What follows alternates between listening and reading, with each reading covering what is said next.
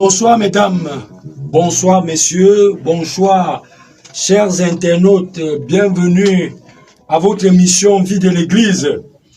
Vie de l'Église, comme nous le savons, c'est une émission qui fait la rétrospective de l'actualité au sein de la vraie Église de Dieu du Cameroun.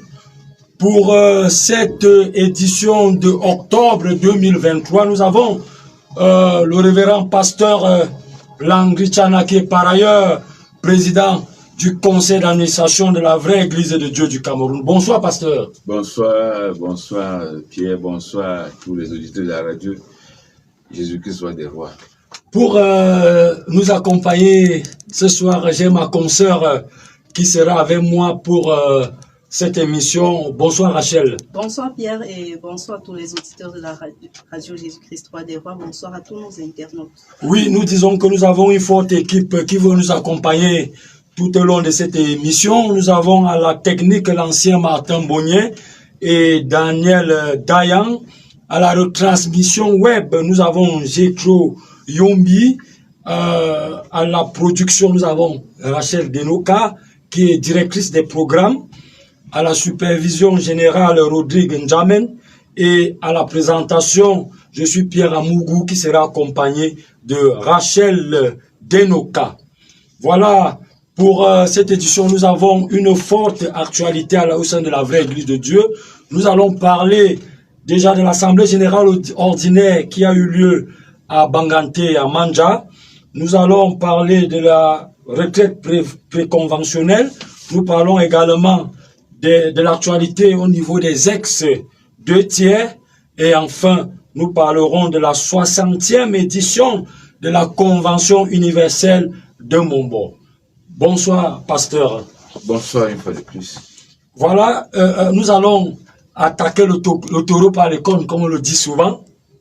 Enfin, l'Assemblée générale s'est tenue, plus de peur que de mal, pasteur. Vous savez, nous sommes dans une œuvre qui n'a pas commencé aujourd'hui, qui va déjà, n'est-ce pas, à plus d'une soixantaine d'années. Et si je me souviens bien, c'est en 68 que l'homme de Dieu, Nelson Toukia, a eu cette mission. Dieu lui a parlé. Sanctifie-toi, prends ce livre de l'Esprit aux hommes. Et quoi, c'est à 58, autant pour moi, en 58. Donc c'est en 63 qu'il a commencé l'œuvre missionnaire, dont nous sommes exactement à la 60e année. Nous disons merci à Dieu qui, à travers des mondes, des tempêtes, a pu diriger l'Église jusqu'à aujourd'hui, où nous sommes arrivés. Il y a eu des tempêtes dans son temps, on a eu des vents, des vents très tumultueux, on a eu des difficultés de l'œuvre, n'a pas tout été, c'est tout à fait normal. Cette œuvre rencontre partout de l'opposition.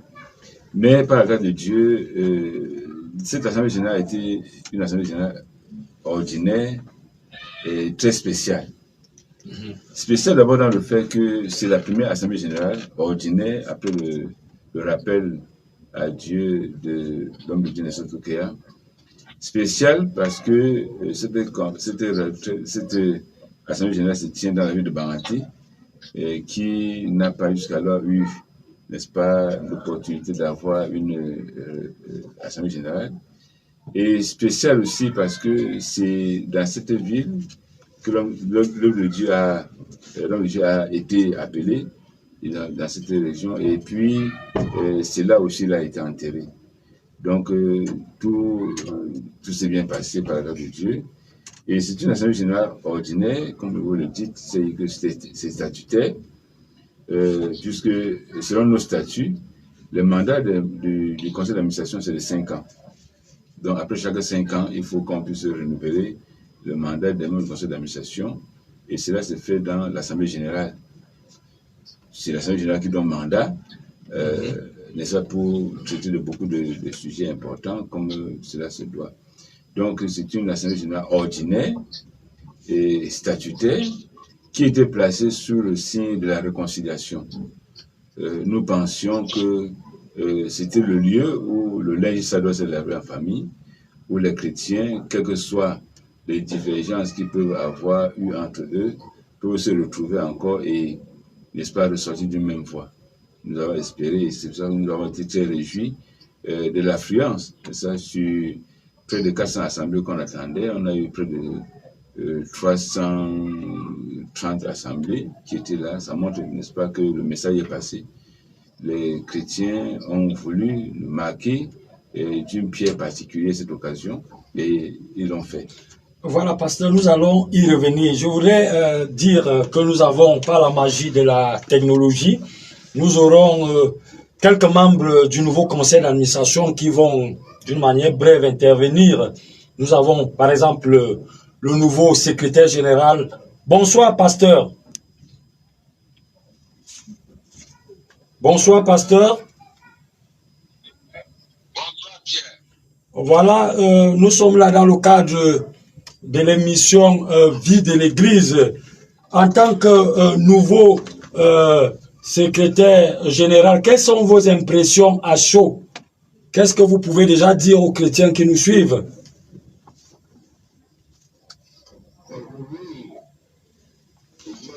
Ce que je peux dire, c'est que tout ce qui est vient de Dieu, c'est Dieu qui fait tout. Tout est grâce. Et ce qui vient de se faire au niveau de Bananté, c'est un mystère.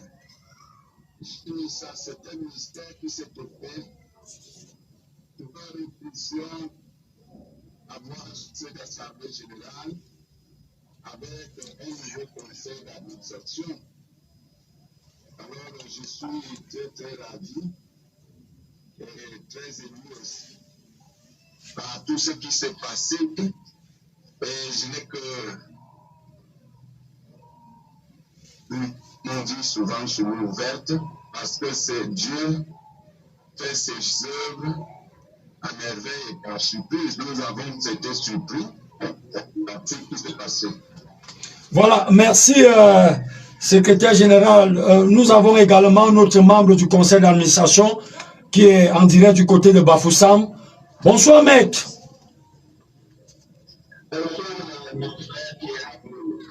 Déjà, félicitations pour la reconduction.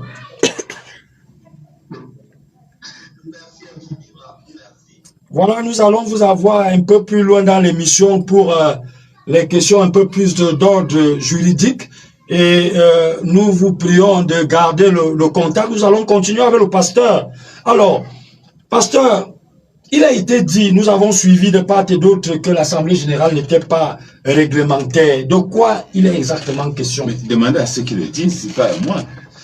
Et quoi que je suis en train de... Posez-moi les questions sur ce que j'ai fait. Moi, je sais que d'autres disent. Je crois que c'était... nous avons les statuts qui réglementent la vie de toute l'association. Et questionner dans ce statut avant de me poser des questions. Je crois que je ne suis pas là pour répondre aux questions, n'est-ce pas, aux inhibitions de certaines personnes. Voilà, pasteur, moi, au début de l'Assemblée générale, nous avons observé que c'était très tendu. Même quand on était en salle, c'était tendu. Surtout que on nous faisait savoir qu'il y avait des velléités de désordre dehors. Mais on vous a vu serein. Qu'est-ce qui faisait que vous soyez autant serein? Je sais pas ce qui vous rendait tendu. Je sais pas ce qui vous a rendu tendu. Nous avons organisé l'Assemblée générale dans de très bonnes conditions et nous disons merci à Dieu. C'est une Assemblée générale ordinaire. Je ne sais pas ce qui vous rendait tendu. Vous n'avez pas confiance en nous ou bien comment? Puisque on est dans les réseaux sociaux, ça se parle, les vérités, les contre-vérités. Bananté, c'est la capitale, n'est-ce pas, du département du Ndé. C'est pas dans les réseaux sociaux, c'est pas virtuel, c'est réel. Donc, ceux qui sont partis, quoi que, quand vous parlez de tendu, je n'ai pas vu une tension des délégués, puisque c'était une joie immense. ne sais pas si on peut être tendu étant en joie, quoi. En fait, pasteur, c'est vrai que l'Assemblée générale a eu lieu, mais il y a eu beaucoup de remous entre les légitimités, non-légitimité, elle est légitime, elle n'est pas légitime. Pouvez-vous nous dire... Qui déclare, qui reconnaît une chose légitime ou non légitime? Voilà, s'il vous plaît, est-ce que vous pouvez nous dire dans quel cadre, un peu pour la gouverne de nos auditeurs, dans quel cadre on peut parler de légitimité, d'illégitimité? Quand on parle de légitimité, c'est qu'on voit la loi. Et la loi qui gouverne la vraie Église de Dieu, ce sont ses statuts. Et ce qui est légitime, donc, c'est ce qui est conforme au statut de la vraie Église de Dieu. Et je crois que l'Assemblée générale, si elle est ordinaire, c'est qu'elle obéit à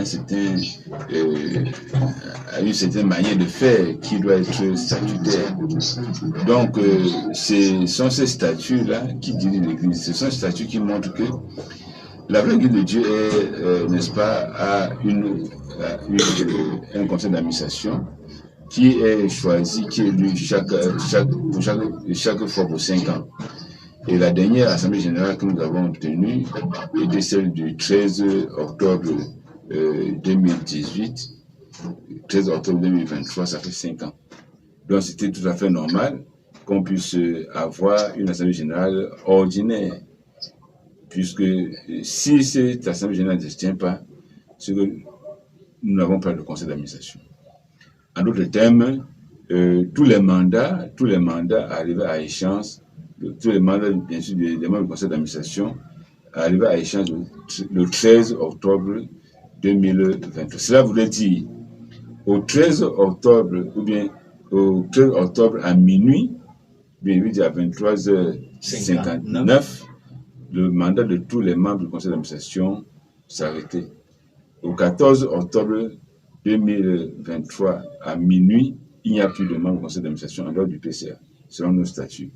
Donc, pour que notre organisation puisse marcher selon les tests que nous avons laissés aux autorités administratives, il fallait donc renouveler ce bureau et donner à l'Église une équipe dirigeante pour ce qui est de l'administration, afin que nous ne puissions pas courir le risque d'être dans, n'est-ce pas, une illégalité.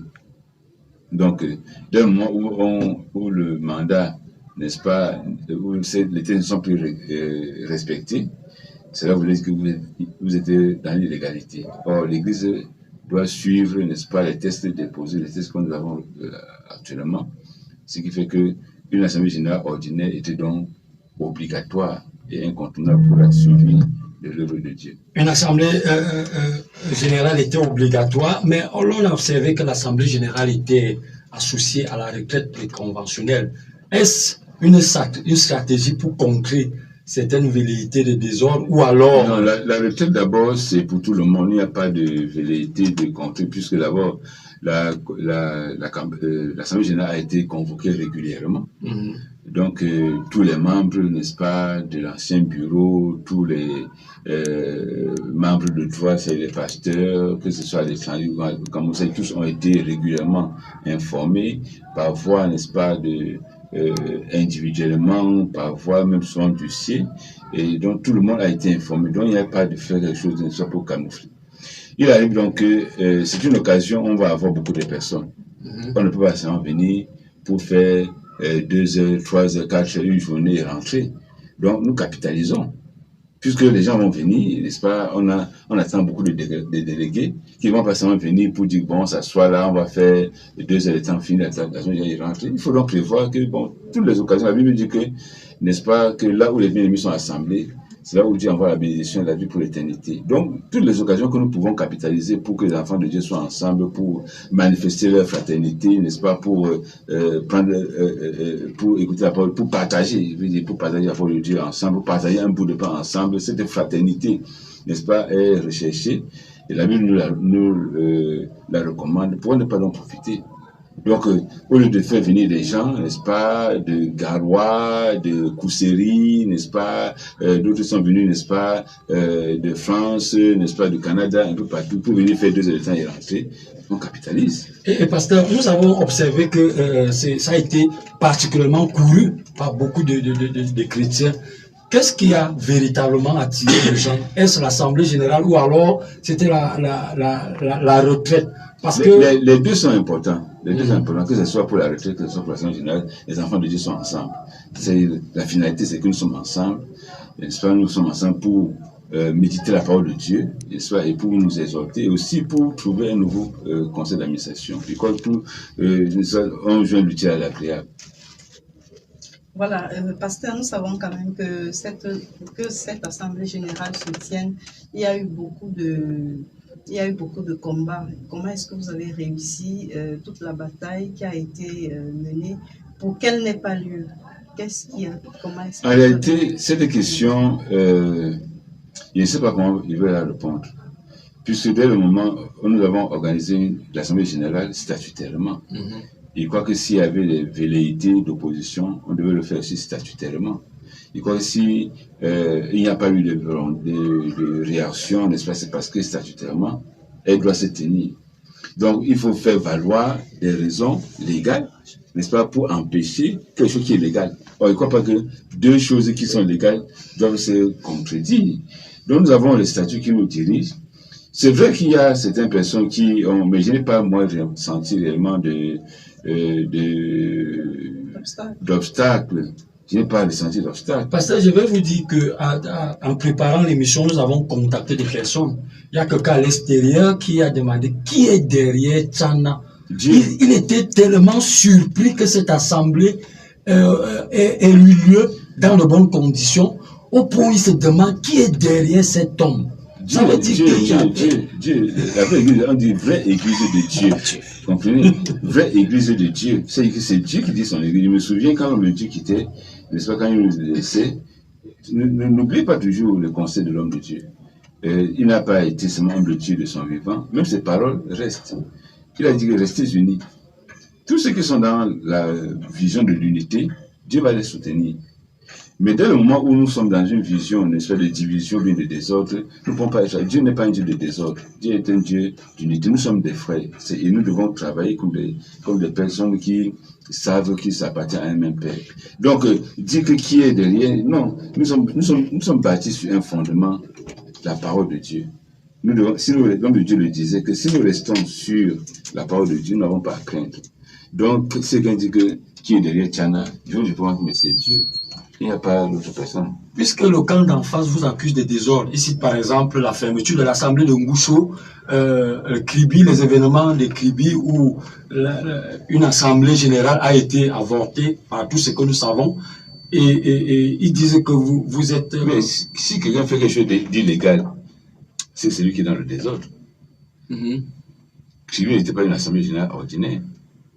Kribi était une assemblée générale extraordinaire, qui était convoqué pour changer le statut de l'Église et nommer un nouveau conseil d'administration. Or, le statut que nous avons actuellement ne permet pas de changer les textes de l'Église dans une assemblée générale extraordinaire ou bien de changer les membres, puisqu'il dit que même, lorsque même il arriverait que le PCA soit obligé de remplacer les membres manquants du conseil d'administration suite au décès, suite, n'est-ce pas, peut-être à la déchéance. Il a le droit de nommer un membre du conseil d'administration qui sera entériné à la prochaine assemblée générale ordinaire. Donc il n'y a que l'assemblée générale ordinaire qui permet de changer, de faire un bureau. Or, Kribi était tenté de l'égalité. C'est pour ça que ça ne peut pas se tenir. La même chose pour Ayos. N'est-ce pas qu'il entend dire qu'il y a eu l'Assemblée générale à Ayos. J'aimerais bien voir cette Assemblée générale-là. Nous y reviendrons. Donc, nous sommes... La Bible nous dit que Dieu est un Dieu d'ordre. Et nous avons mis aux autorités, dans les bureaux des autorités, les textes qui doivent régir notre association, qui émanent d'une Assemblée générale. Et elle est sacrée devant l'autorité. C'est que tout ce que vous pouvez faire ne peut être qu'en accord avec ce que vous avez officiellement et légalement et légitimement en Assemblée générale décidé. Donc, vu dans ce sens, il était nécessaire que nous puissions tenir une Assemblée générale. Et nous avons tenu à informer toute la vraie Église de Dieu, n'est-ce pas, de l'intérieur comme de l'extérieur, et ils sont venus. vous avez vu la foule, n'est-ce pas? Nous avons eu plus de 1000 personnes à Banganté. Donc, ils ont reçu le message, ils sont venus pour l'Assemblée générale et nous en félicitons et nous disons merci à Dieu qui a voulu que cela soit une occasion de joie, de partage, n'est-ce pas, une retraite spirituelle et tout s'est bien passé. Voilà, pasteur, au terme de cette réussite qui a été vue partout, quels sont les enseignements que nous pouvons tirer? Qu'est-ce qu'on peut tirer au terme de tout ceci? Bon, au terme de tout ceci, on peut leur tirer comme enseignement qu'il y a un nouveau bureau du conseil d'administration, n'est-ce pas, faire des personnes qui ont la charge pour les 5 années prochaines à veiller sur l'église sur le plan administratif. Nous avons aussi reçu des enseignements pour ce qui est de la retraite, n'est-ce pas, et les chrétiens sont repartis étant très contents. Nous avons eu à officier, il y a eu des baptêmes, il y a eu la plantation d'enfants, il y a eu la Sainte Seine, n'est-ce pas, il y a eu la communion fraternelle, n'est-ce pas, c'est ça la vie chrétienne. Il y a eu, c'est cette joie des chrétiens qui nous permet d'entrevoir dans le ciel, de voir les enfants de Dieu se réjouir, n'est-ce pas, les enfants de Dieu être ensemble, c'est ça qu'il faut. Nous voulons que l'Église prenne conscience que nous sommes le peuple de Dieu. Et le peuple de Dieu ne peut, n'est-ce pas, s'épanouir que dans l'amour fraternel. On a vu l'amour fraternel, on a vu que Dieu veut sa gloire. La gloire, c'est nous qui devons donner la gloire à Dieu. C'est Dieu qui réclame sa gloire à nous, ses enfants, et nous devons le faire parce que c'est nécessaire que nous le fassions. Alors, pasteur, l'un des principaux points, le principal point alors du jour de cette assemblée générale, c'est l'élection du nouveau bureau du conseil d'administration. Pouvez-vous nous dire, vous avez présenté à l'église le nouveau bureau du conseil d'administration. Est-ce que vous pouvez nous dire quels ont été les critères de choix? Je ne sais pas si je peux vous dire les choix, mais nous avons parce pensé... que l'homme de la rue, en fait, au quartier, les hommes disent que bon, certainement... Il y a les équilibres, les récompenses, par rapport à certaines situations, ou alors bon, à tout ce qui s'est passé auparavant. Si on peut dire, si nous croyons que Dieu est le dirigeant de notre œuvre, la vraie église de Dieu, nous savons que le choix des membres du conseil d'administration, c'est selon la grâce de Dieu. C'est Dieu qui le fait. Si elle les récompense, c'est que Dieu qui est en train de récompenser. Mais je crois que nous avons une équipe de personnes qui sont conscientes que certaines responsabilités pèsent sur leurs épaules. Une équipe, n'est-ce pas, dans une période charnière comme celle que nous traversons, où il y a des vérités, n'est-ce pas, de division, il y a beaucoup de choses qu'il faut construire, il faut, n'est-ce pas, travailler à la réconciliation, n'est-ce pas, à implémenter, amener les chrétiens à comprendre l'importance de l'amour fraternel. On a vu l'amour fraternel, c'est quelque chose qui n'est pas d'aujourd'hui, c'est pas Jésus qui nous l'a enseigné seulement. Jésus est venu nous l'amplifier, si on peut le dire. Hein? Vous voyez par exemple, on a montré que nous sommes tous issus d'Adam et Ève, donc d'origine tous les hommes sont des frères. Et nous, en tant que chrétiens, nous avons le même esprit. Nous devons travailler dans cet esprit-là. Donc c'est une équipe qui est consciente de l'enjeu, n'est-ce pas, du moment. Et je crois que cette équipe va mettre tout en œuvre pour que nous puissions, dans les 5 années à venir, n'est-ce pas, travailler dans ce sens. Voilà, pasteur. Et excusez-moi d'y revenir. Pasteur, nous avons constaté que dans cette équipe, les pasteurs au poste à des responsabilités clés, c'est des pasteurs plein temps. Quand nous disons plein temps, en fait, des pasteurs qui ont consacré leur vie au service de Dieu entièrement. Pendant le passé, on observait, ça pouvait être des délégués pastoraux. Bon, en fait, qu'est-ce qui justifie ce choix? D'abord, quand vous dites serviteur plein temps, c'est leur travail. Ils sont faits pour travailler pour l'Église. C'est tout à fait normal qu'ils puissent être là. Nous avons aussi tenu compte aussi que l'Église n'a pas seulement fait des serviteurs plein temps. Vous avez aussi vu d'autres personnes qui sont dedans, qui pour des raisons, n'est-ce pas, pour leur capacité, n'est-ce pas, à pouvoir travailler. Mais le serviteur de Dieu plein temps, c'est son travail. Dans l'église, chez les autres, on appelle peut-être les laïcs engagés. Non, mais il y a ceux qui sont là, qui ne sont pas des laïcs engagés, qui sont là, qui se sont consacrés à cela. Pasteur, je voulais savoir, vous étiez dans l'ancienne équipe du conseil d'administration, vous étiez membre. Est-ce que ce n'est pas là un désir de corriger quelque chose? Non, on ne peut pas corriger. Je crois que chaque époque vient avec une vision. Il y a eu une période, n'est-ce pas, avec une vision que l'homme de Dieu avait. Et actuellement, nous devons travailler et aller devant. Donc, il faut maintenant que nous essayons de mettre des bases. Mais pas dire mettre des bases, continuer avec, n'est-ce pas, amplifier la vision qui était à la base. On a eu une équipe, n'est-ce pas, des technocrates qui n'ont pas fait trop de technique. C'est pas qu'on a maintenant les 2 tiers, n'est-ce pas, qui sont formés de tous ces technocrates, n'est-ce pas, qui se sont targués le droit de pouvoir faire tout ce que nous avons actuellement. Or, nous voulons aussi une équipe de personnes qui ont la volonté de travailler. C'est une équipe, on a vu beaucoup de pasteurs, mais comme l'église n'est pas seulement faite de pasteurs, il faut aussi associer d'autres personnes parce que nous sommes dans une vision de complémentarité et d'unité, n'est-ce pas, où nous devons ensemble, n'est-ce pas, nous donner la main pour, je peux dire, pour consolider ce qui a été fait. Ça veut dire quand même qu'il y a eu un besoin d'équilibre. Oui, effectivement, il y a eu un besoin d'équilibre. Nous avons essayé de voir comment nous pouvons, n'est-ce pas, tenir compte des réalités sociologiques, n'est-ce pas, de notre environnement, de notre milieu, n'est-ce pas, et non pas seulement ça, aussi de voir nous n'avons que 15 membres du conseil d'administration, c'est que nous ne pouvons pas prendre tout le monde. Donc, ça ne voudrait pas dire que ceux qui ne sont pas du conseil d'administration ne sont pas utiles. Ce sont seulement vos représentants qui ont été choisis par les délégués. Donc, les délégués ont donné leur approbation pour qu'ils puissent remplir une mission bien précise. Je crois que la dernière résolution, n'est-ce pas, du conseil d'administration dit bien qu'il faut que ce conseil travaille, l'Assemblée générale dit que ce conseil doit travailler dans on va juger, n'est-ce pas, le travail du conseil d'administration dans 5 ans, s'ils ont réussi, n'est-ce pas, à remplir la mission qui leur a été donnée, c'est de la réconciliation, c'est de la paix. Je crois que c'est la mission principale que ce conseil d'administration a sur son épaule. Il y a un internaute qui pose une question. Pasteur, bonsoir.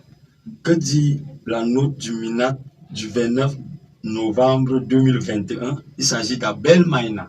Oui, la note du ministre dit en substance qu'il fallait qu'on lui donne un responsable selon les statuts. Et en d'autres termes, puisqu'il y avait des dissensions, il dit alors que le MINAT n'a pas vocation de s'immiscer dans les affaires des associations, selon la loi de 90. Puisque la loi de 90 dit que toutes les associations se créent et se gèrent librement, conformément à leur statut et à la législation en vigueur. Donc le ministre vous dit donc que, comme il y a des distensions au milieu de vous, allez vous entendre pour me donner un responsable selon vos statuts. Et si quelqu'un n'est pas d'accord, il dit au cas contraire, chacun a loisir de saisir les instances judiciaires, parce que le MINAT n'a pas vocation de dire qui est ou qui n'est pas. Vous avez vos statuts. Voilà ce que le MINAT dit. Donc, l'Assemblée générale ordinaire, ce sont nos statuts.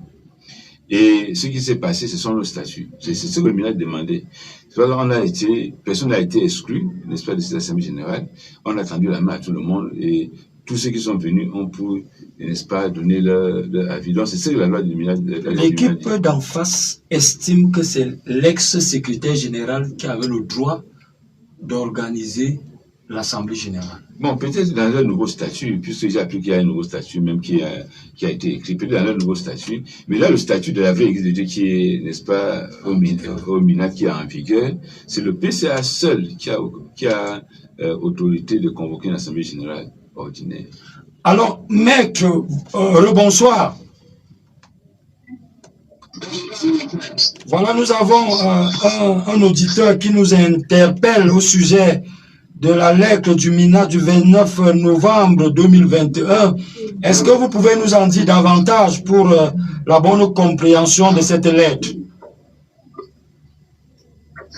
Oui, effectivement, comme Bédia vient de le mentionner, la lettre du MINA du 29 novembre 2021 est très claire. Le ministre a expressément mentionné que le ministre de l'administration territoriale n'a pas vocation à se mixer dans les affaires des associations et qu'il fallait qu'on mette sur pied une direction unique conformément à nos statuts. Et au cas contraire, ceux qui n'étaient pas contents devaient aller saisir les tribunaux. Mais maître, pour le cas d'espèce, visiblement, il y a encore des factions. Cela ne respecte pas encore l'esprit, entre guillemets, de la lettre du MINA. Nous, l'Église est dirigée par ses statuts. Les hommes sont libres d'avoir des opinions différentes. Mais ce qui nous régit, ce sont nos statuts. Et nos statuts prévoient clairement que l'Assemblée générale est le lieu plutôt ordinaire et le lieu par excellence où chacun peut venir faire valoir ses prétentions. Et c'est ce qui a été bien fait par le président du conseil d'administration, parce que les invitations à cette assemblée générale ont été adressées à tous les membres du conseil d'administration, aux pasteurs et aux délégués. Et à titre de rappel, ceux qui estiment aujourd'hui que cette assemblée générale ordinaire n'est pas légale le font à tort. Ou bien, comme ils qualifient d'incompétents les autorités qu'ils ont saisies ou qu'ils apprécient si cette assemblée générale ordinaire est légale ou statutaire ou pas. Parce que, à titre de rappel, ils ont saisi le ministre de l'administration territoriale qu'il intervienne de toute urgence pour interdire cette assemblée générale parce que eux, ils estimaient que c'est illégal. Ils ont saisi le gouverneur ouest pour solliciter l'interdiction de la tenue de l'assemblée générale ordinaire.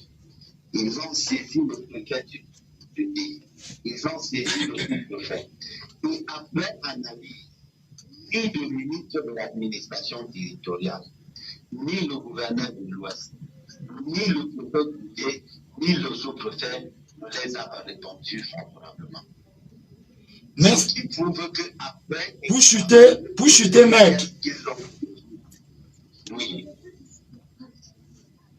Voilà, maître. Oui, je vous suis. Oui, merci pour ces éclairages. Vous restez en ligne. Nous allons continuer avec le pasteur. Oui, pasteur.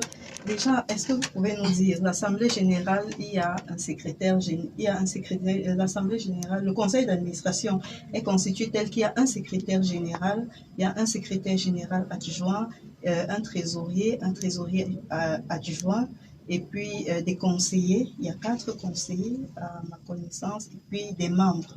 Alors, est-ce que brièvement, vous pouvez, pour la gouverne des auditeurs, nous faire un peu part des rôles, de ces différents rôles que chacun de ces membres... Avant de venir sur votre question, je voulais un peu compléter ce que la question qui a été la question précédente, c'est qu'une assemblée générale ordinaire est ouverte à tout le monde.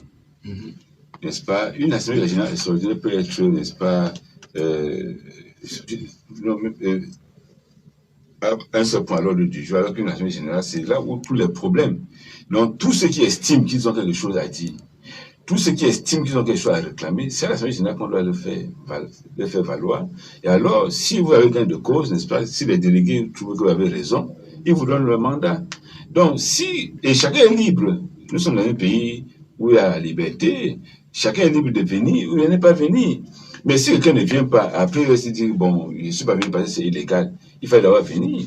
Donc, vous ne pouvez pas vous plaindre lorsque vous-même vous prenez des décisions qui jouent contre vous.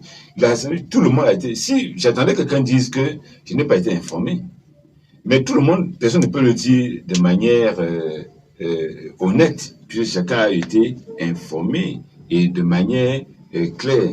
Donc, dire que c'est une assemblée générale illégale, je ne sais pas sur quelle base on met l'illégalité. L'illégalité n'est pas ce que vous pensez. L'illégalité, c'est ce qui est prévu ou ce qui n'est pas prévu par les textes en vigueur. Nous avons des statuts et nous avons espéré vraiment que nos frères, n'est-ce pas, qui ont des récriminations, qui ont quelque chose à dire, qui viendraient, n'est-ce pas? Il n'y a pas un autre lieu où on peut se retrouver en dehors d'une assemblée générale. Même dans, c'est pas propre à la vraie Église de Dieu. Toutes les associations fonctionnent sur cette base-là. Nous avons, avant d'être l'Église, nous avons reconnu d'abord, n'est-ce pas, comme une association cultuelle. Donc nous marchons sous la loi, c'est-à-dire des associations. Nous obéissons aux mêmes règles. Nous ne pouvons pas dire autre chose. Donc, si quelqu'un peut même être fâché, qu'est-ce qu'il attend? L'Assemblée générale. Si quelqu'un a des velléités, n'est-ce pas, il veut être peut-être PCA ou bien n'importe quoi, il attend que, bon, à la prochaine Assemblée générale, je veux mettre ma candidature, je vais t'évincer. C'est là où tout se joue. C'est la même chose même pour les partis politiques. N'est-ce pas, vous pouvez avoir un parti politique où il y a beaucoup de volonté, n'est-ce pas, de prendre le leadership. On ne va pas le faire dans la chambre.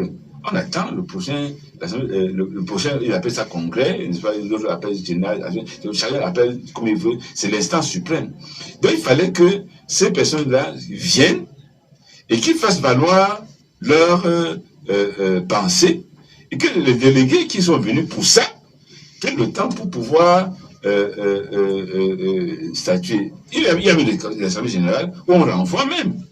On a eu ici l'Assemblée générale, n'est-ce pas, des avocats, une fois qui a été reporté parce que les délégués n'ont pas pu s'entendre, on a renvoyé à une autre et puis finalement ils se sont entendus. Il y a eu des assemblées générales, n'est-ce pas, comme ça, qui sont venus, où les gens sont venus, ils n'ont pas pu s'entendre, on dit bon, comme on ne peut pas s'entendre, on le laisser déchirer, remettons ça à la prochaine séance. Ils pouvaient le faire, ils pouvaient venir faire connaître leur volonté là-bas, au lieu d'envoyer peut-être, j'attendais vraiment qu'ils viennent.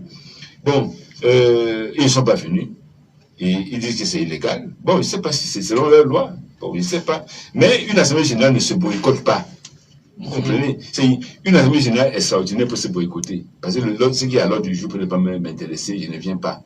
Mais une assemblée générale ordinaire, dans un contexte comme le nôtre, ne peut pas se comprendre comme ça. Et surtout que le camp d'en face, quand on les écoute, ils estiment qu'ils sont majoritaires. Bon, c'était le lieu le plus idoine. Vous comprenez? Bon, on dit que, bon, il y a les deux tiers. Si c'était les deux tiers, c'était le lieu le plus idéal pour venir dire que voici, nous réclamons ceci, et puis les délégués disent que, ok, on vous donne. Que de rester fuir, n'est-ce pas? Comme le maître l'a dit, effectivement, on les a appelés. Hein? L'autorité administrative les a appelés que bon, vous ne voulez pas l'Assemblée générale, venez donc me dire de quoi il s'agit. Ils ne sont même pas venus. Et lui-même, il a dit ouvertement en public devant tout le monde. Voilà, qu'il a dit que venez donc, s'il y a des récriminations, venez, mais dites pourquoi est-ce que vous ne voulez pas qu'il y ait l'Assemblée générale? Ils n'ont pas eu le droit de venir. Après, ils disent que ce n'est pas légal. Non, c'est pas. Qu'est-ce qui n'est pas légal? Donc, je crois qu'il faut que nous apprenions un peu à commencer à être sérieux quand même. Quand il voit, n'est-ce pas, des magistrats, des hauts gradés, je ne sais pas quoi encore, qui se mettent à dire des choses comme ça, ça n'honore pas, n'est-ce pas, la fonction qu'ils ont à remplir pour la République. Une assemblée générale a des textes. Ceux qui adhèrent à cette association doivent se soumettre aux textes. Vous ne pouvez pas aller dans une association avec vos textes. Non, vous adhérez à une association, il y a tous ceux qui sont dans la vraie Église de Dieu, connaissent le statut de l'Église, connaissent l'enseignement de l'Église, la profession de foi. Si ça ne vous chante pas, vous partez ailleurs.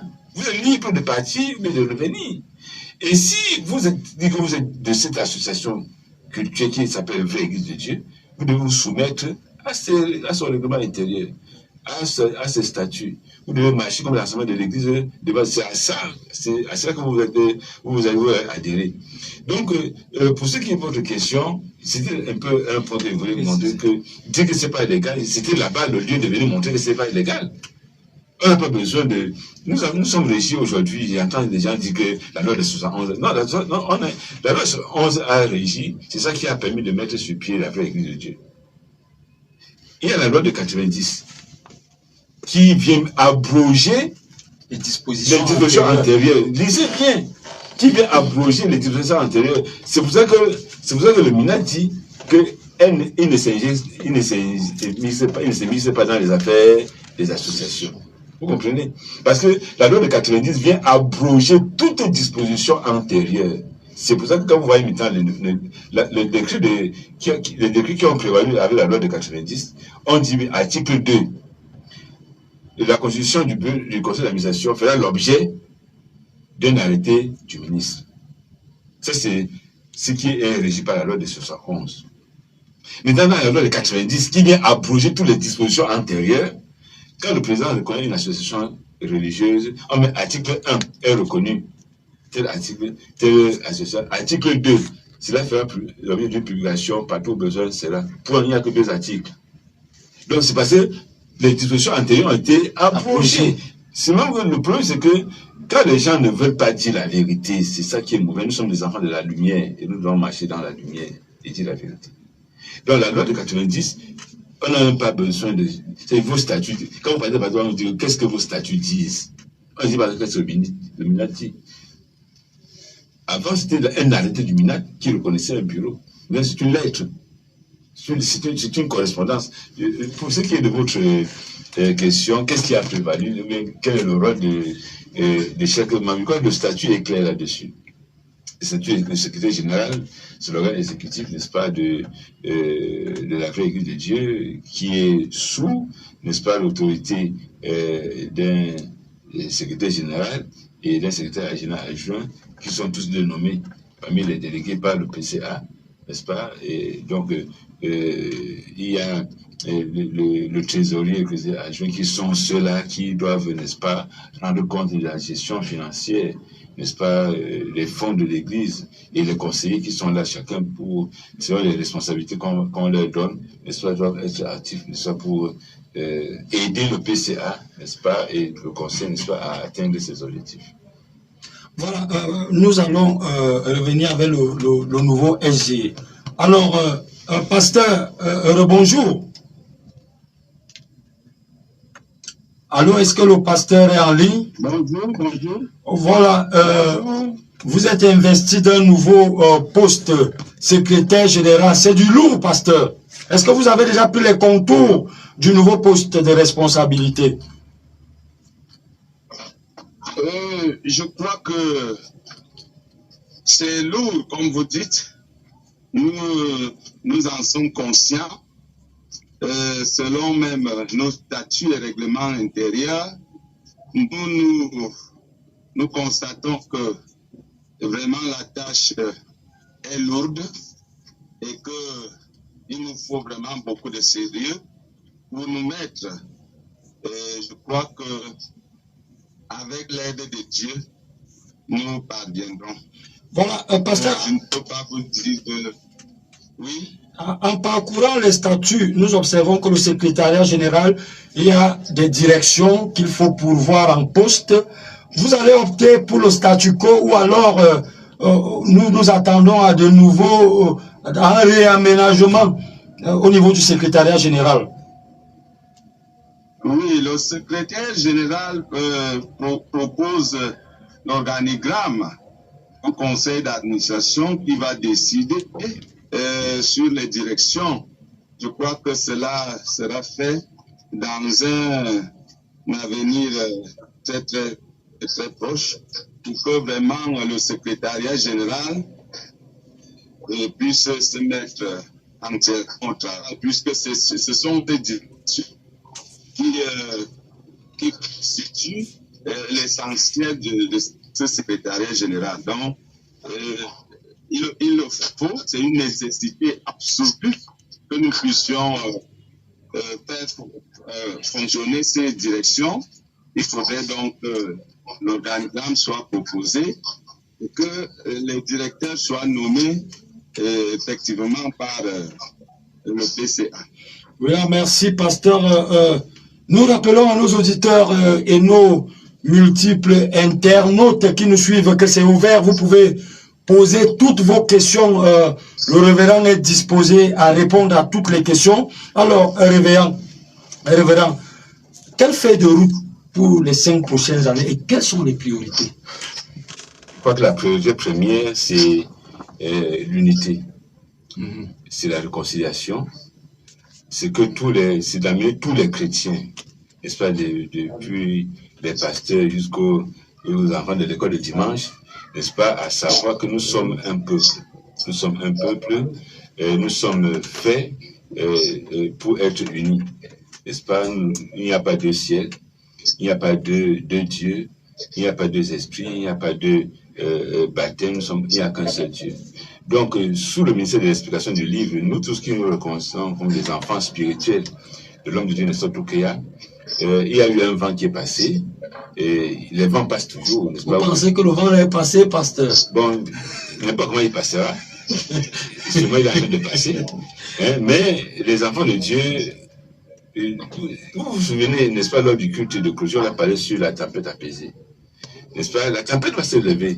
Tant que nous sommes dans ce monde, n'est-ce pas, sur cette mer qu'on appelle le monde dans lequel nous vivons, il va trouver des coups de tempête. Il y en a eu, n'est-ce pas? C'est pas la première tempête que l'Église a eu à surmonter et on a eu à vaincre.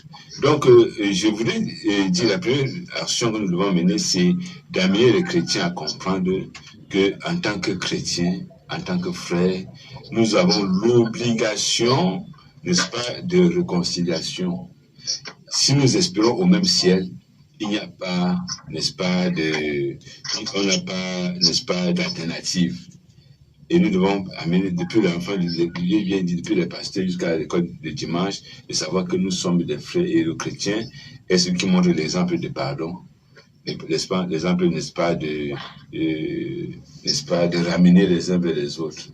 Alors, pasteur, depuis toutes les émissions que nous faisons, vous tenez le même langage. Dans les médias, on a vu à Canal 2, à la CIA TV, vous parlez toujours de réconciliation. Je n'ai pas de message à ça. Cependant, le camp d'en face, comment faire pour ramener vos collègues? Comment faire pour les convaincre que c'est surtout d'une même table comme on doit trouver les solutions? Les autorités vous ont même invité plusieurs fois à venir échanger, mais le camp d'en face est radical. Que faire? Oui, effectivement, même le sous-préfet de Mombo m'avait appelé quelques jours avant l'Assemblée générale qu'il voulait que je me rende rapidement à Mombo pour rencontrer, n'est-ce pas, le révérend pasteur Abaté. J'étais en train de partir. Après, il m'a appelé pour me dire que bon, c'est pas nécessaire puisqu'ils ont dit qu'ils ne peuvent pas être là. Jusqu'à présent, il tend la main au pasteur Abaté, à tous les autres, que non. Après tout, nous sommes, si nous avons la Bible en main, nous sommes frères. Puisque personne de nous a laissé la Bible, donc nous sommes donc frères. Nous sommes donc capables de pouvoir utiliser cette Bible pour surmonter, n'est-ce pas, c'est le pont, n'est-ce pas, qui relie les montagnes. Et comme semblerait-il que nous allons nous retrouver tous à Mombo, était-ce une occasion idoine? Toutes les occasions que nous pouvons avoir sont idoines. Tant que nous vivons, tant que nous sommes, tant que Dieu nous donne le souffle de vie, nous espérons toujours que les uns et les autres vont venir au bon sentiment. Donc pour moi, je dis encore, et je dis toujours, j'appelle toujours, je supplie, que pourquoi ne pas à un certain moment surmonter nos égos, surmonter, n'est-ce pas, et c'est pas quoi, et puis s'asseoir et dire qu'en réalité, qu'est-ce qu'il s'agit même, de quoi s'agit-il, et puis on puisse repartir à zéro. Il n'y a pas de langage. Le langage de la Bible, c'est le message de réconciliation. C'est le seul message qui est dans la Bible. Depuis, n'est-ce pas, que l'homme a fauché le pas dans le jardin d'Éden jusqu'à Apocalypse, il n'y a qu'un message, un seul message dans la Bible, réconciliation. Réconciliation avec Dieu, réconciliation avec son prochain. Et la réconciliation avec Dieu ne peut être possible que si la réconciliation avec le prochain. Parce que Jésus est venu pour briser les murs de séparation. Nous ne devons pas les construire, nous ne devons pas les reconstruire. Jésus les a brisés par sa mort sur la croix. Pasteur, je voudrais dire ça entre guillemets parce que dire ça d'un pasteur, c'est un peu... Les autres disent que c'est c'est la ruse. Bon, essayons d'abord, si c'est la ruse, on va essayer de voir si faisons cela, s'il y a la ruse, n'est-ce pas, ça va se faire voir à tout le monde. Donc, vous pouvez parler de la feuille de route, il y a donc ce premier point qui est très important. La réconciliation. D'autant plus que l'homme de Dieu en mourant a dit restez unis. Et nous ne pouvons pas faire autre chose, n'est-ce pas, sans penser à cela. La deuxième chose, c'est qu'il faut que nous puissions travailler pour rendre notre œuvre réellement évangélique. Comme l'homme de Dieu a dit que c'est cette œuvre qui sauvera le monde. J'adhère totalement à cette prophétie, je crois à cette prophétie. Nous devons donc travailler, n'est-ce pas, pour mettre les structures viables, des structures fortes, n'est-ce pas, des personnes, par la grâce de Dieu, n'est-ce pas, capables de nous amener à pouvoir atteindre ces objectifs. C'est-à-dire que amener l'évangile dans le monde entier. L'explication du livre. À cet effet, nous avons là commencé, n'est-ce pas, cette année était une année d'évangélisation et de prière. On n'a pas, la grâce de Dieu, eu une imprimerie, n'est-ce pas, bon, elle s'est un peu d'aller dans les médias, un peu partout. Le bilan a été assez éloquent lors de l'Assemblée générale. Effectivement, pasteur, permettez-moi d'y rebondir. Pendant l'Assemblée générale, vos propos, votre discours s'est axé autour de 3 points. Vous avez présenté le bilan, vous avez fait part des difficultés que vous avez eues et vous avez également mentionné les perspectives. Quand vous avez fait le bilan, c'était un bilan en 2 ans seulement. Bon, on se demandait si c'était cumulé aux difficultés que vous avez eues. Vous avez trouvé le temps ou comment, puisque vous avez parlé des écoles qui ont été mises sur pied, en l'occurrence l'école du Mont Sinaï, la revalorisation du salaire des enseignants pour les établissements de l'Église, l'école des serviteurs, la Gospel Print, l'imprimerie de l'Église qui a été acquise à beaucoup de millions.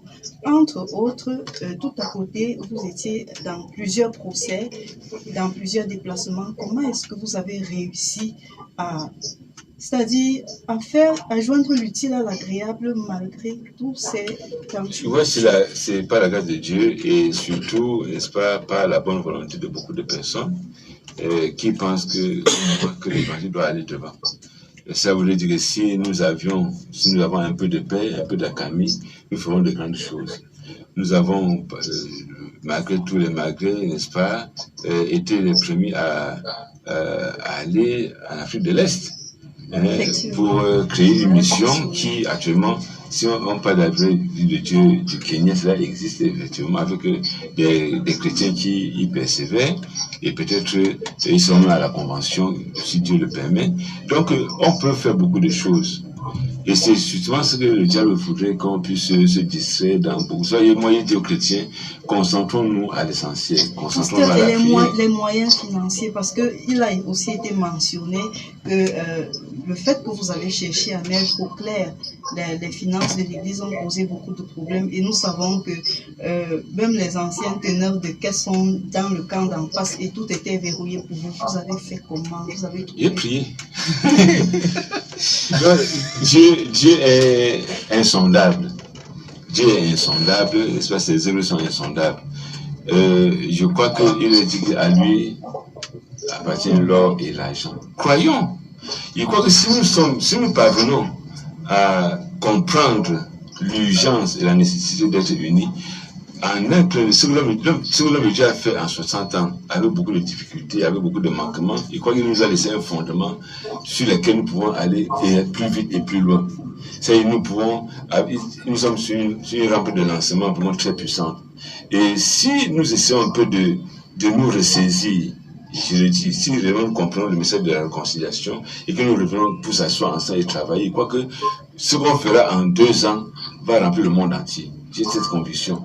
Et malheureusement, il y a encore des frictions qui essaient de plomber notre marche, mais il faut qu'avec la grâce de Dieu, nous avancerons. Il y a un auditeur, j'ai pris ma cour. Il y a un auditeur, il s'agit d'Honoré Tony, qui demande, étant donné que le MINAT n'a pas entériné le procès verbal qui fait de vous PCA de la VDC, sur quoi fondez-vous votre présence à ce poste? Ça revient, pasteur. Oui, je crois que il faut que les gens, j'ai dit tout à l'heure, n'est-ce pas, que le MINAT n'a pas un arrêté à donner pour reconnaître ce que l'Assemblée générale a dit à partir de l'heure de 90. Je crois qu'il faut que tous les Camerounais, nul n'est censé ignorer la loi. Dans Internet, partout avec la loi, mettez là, n'est-ce pas, la loi sur les libertés publiques. Je crois qu'elle circule même dans les réseaux sociaux. Voilà. Ici, c'est là. Il ne dit nulle part que le ministre doit entériner un bureau d'une assemblée générale. Et le ministre lui-même a dit dans sa lettre qu'elle ne s'ingère pas dans les affaires des associations. Ça veut dire que dans notre statut, l'assemblée générale est l'instance suprême de la vraie Église de Dieu. Vous comprenez? Donc, dès le moment où l'assemblée générale a donné son verdict, il n'y a plus rien à faire. Le mineur ne veut pas attendre que le mineur puisse j'ai vu les gens qui ont dit qu'ils ont fait l'assemblée générale, ils attendent que le mineur puisse décider. Le mineur n'a pas décidé là-dedans. Si c'est l'assemblée générale, on sort de l'assemblée générale, comme vous avez vu, en sortant de l'assemblée générale, tout le monde savait qui est qui. Et s'il y a des récriminations, bon, qu'il le fasse valoir d'une autre, il ne sait pas par où, mais le mineur n'a pas à s'ingérer dedans. Elle n'a rien à aller voir dans toutes les associations pour demander que c'est toutes les associations qui marchent là, c'est parce que le ministre a donné un arrêté. Non, ça ne se fait pas. Il ne faut pas que les gens, que nous qui sommes dans l'église, à cause de ce que, n'est-ce pas, beaucoup de gens nous ont troublés, qu'on croit que c'est nous qui avons écrit la loi, la nouvelle loi du Cameroun. Non, elle existe depuis longtemps. Et il dit bien que la loi de 90 vient abroger toutes les dispositions antérieures. Il faut lire la dernière phrase. Lisez la dernière phrase, il dit aux gens que tout ce qui est 71 et avant 71 même, qui régissait les libertés publiques, la loi des associations, tout ça a été abrogé par la loi de 90 et depuis 90, il n'y a pas une nouvelle loi. Il y avait une nouvelle loi sur les libertés publiques. Donc, ce qui régit les associations, c'est la loi de 90, qui ne dit dans aucun de ces articles que le MINAT a entériné un certain bureau. Là où le MINAT vient, cela est dit, il faut s'asseoir, sauf pour maintien, c'est pour trouver à l'ordre public. Tant que vous ne trouvez pas l'ordre public, vous êtes libre de vous gérer comme vous voulez. C'est pour ça que le MINAT ne viendra pas dire qu'il va être pasteur à l'église. C'est pour ça que le MINAT ne viendra pas dire qu'on va excommunier qui est PCA. Le MINAT ne vient pas dire qui est PCA. C'est pas le MINAT qui va nommer un PCA. Le MINAT ne viendra pas dire qui est secrétaire général. Il va donner un avis quelconque. Non, le MINAT n'entre pas dedans. Gérez-vous. Quand vous allez partir, le MINAT va dire où sont vos statuts. Vous prenez vos statuts qui ont été légalisés et déposez au MINAT. On dit bon, l'article tel dit ceci, bon, est-ce que c'est ça? Si c'est pas ça, on dit arrêtez, allez le faire. Ouais, par exemple, prenez un exemple, n'est-ce pas, pour ce qui s'est passé à la FECAFOOT. Avant qu'on arrive, n'est-ce pas, au bureau actuel. Il y a eu beaucoup de bureaux. Beaucoup de bureaux. Qui ont même fonctionné. Après, on a arrêté, on a dit que non, l'article tel ne permet pas, le TAS a cassé, allez faire comme le statut dit.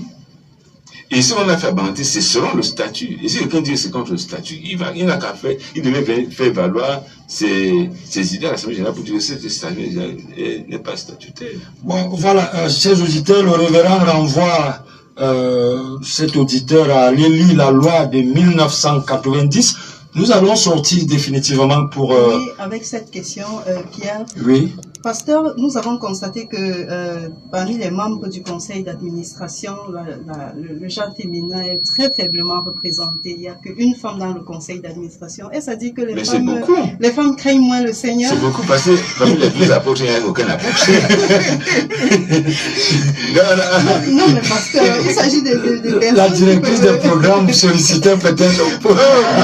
Pas moi. Non, il croit que c'est un débat qui ne doit pas être... Non. C'est juste, je répercute la préoccupation. C'est un débat, il croit que si les délégués ont donné leur accord à ce bureau, c'est que il croit que les délégués ont assez de sagesse, n'est-ce pas, pour trouver des personnes qu'il faut, n'est-ce pas, dans les propositions qui ont été faites. La femme n'est pas mise à côté. Au contraire. Les femmes n'étaient pas dans le ministère, parmi les 12 apôtres, mais pourtant leur aide auprès de Jésus était d'une importance capitale. Donc, on ne peut pas aller de ce point pour dire que peut-être elles sont mises de côté, peut-être non, au contraire, nous respectons, nous aimons, n'est-ce pas, travailler avec elles. Bon, il est seulement arrivé que, compte tenu de l'actualité que nous avions et de certaines contraintes que nous avons, c'est tombé comme cela. C'est après qu'on se remarque comme c'est tombé comme cela. Voilà, pasteur, nous allons sortir de ce point sur l'Assemblée générale pour entrer dans la retraite préconventionnelle. Pasteur, nous avons observé, au début de la retraite, vous avez annoncé que tous nos sujets de prière ont été exaucés. Et par la suite, nous avons vu la réussite, comment ça s'est passé, notamment la qualité des enseignements, l'Assemblée générale ordinaire qui a été réussie, de nombreux malades guéris. Vous avez parlé en prophète ou alors en homme de foi. Mais quand vous priez, vous priez. Si vous doutez, vous ne priez pas. Jésus a dit que quand vous priez, croyez. Et quand vous croyez, ça devient une réalité. La foi est une affirmation des choses qu'on espère, une démonstration de ce qu'on ne voit pas. Donc, je crois que l'Église a prié, a pris le temps devant Dieu pour mettre ce programme devant Dieu. Il faut donc, c'est tout à fait normal que ça puisse réussir. Donc, c'est pour ça que c'est pour ça que nous prions. C'est pour ça que nous servons Dieu en tout temps. Voilà. Donc, on dit que vous partez faire les funérailles et non la retraite préconventionnelle. Est-ce que vous pouvez nous éclairer, pour ceux qui nous écoutent, sur l'origine de la préconvention et quel est l'essence de la retraite préconventionnelle? Oui, l'homme de Dieu avait institué la retraite préconventionnelle de Baranté. C'était pour préparer la convention universelle. Ce sont les conventions qui préparent. Donc la retraite préconventionnelle de Baranté, c'est depuis l'homme de Dieu. Mais bien sûr. c'est pas une invention qui est venue, non. On a seulement renouvelé ce qui existe. Parce que nous autres journalistes et observateurs, on a pensé que c'est parce que c'est le village, le cœur a battu. Non, si vous lisez, si vous êtes journaliste, faites donc vos recherches, vous voyez qu'il y a eu des retraites préconventionnelles à Baranté. C'est une décision conventionnelle. C'est la même chose que la retraite conventionnelle de Kribi, bon, qui malheureusement ne se passe plus, mais Kribi est un centre de retraite préconventionnelle qui n'a pas commencé hier. Bon, il faudrait qu'avec le temps, par la grâce de Dieu, qu'on puisse renouveler tout cela. Je crois que le Saint-Esprit avait donné ça pour préparer les enfants de Dieu, n'est-ce pas, la convention universelle. Donc la retraite préconventionnelle sont les retraites qui viennent préparer la convention, qui donnent un avant-goût, n'est-ce pas, de la convention universelle. Voilà, nous n'oublions pas. Pour ceux qui disent que c'était les funérailles, ce n'est qu'à eux que vous pouvez demander, n'est-ce pas? Chacun est responsable de ses dits devant Dieu.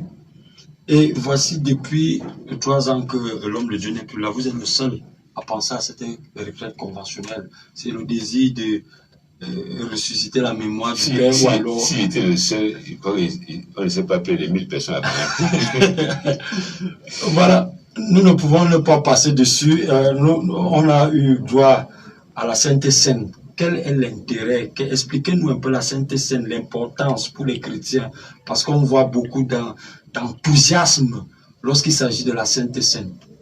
Jésus dit que celui qui ne mange pas son corps et ne boit pas son sang n'a pas la vie éternelle en lui. Vous comprenez? C'est que c'est Jésus lui-même qui a institué la Sainte Seine. Il a enseigné sur la Sainte Seine lorsqu'il disait que mon corps est vraiment une nourriture et mon sang est vraiment un breuvage.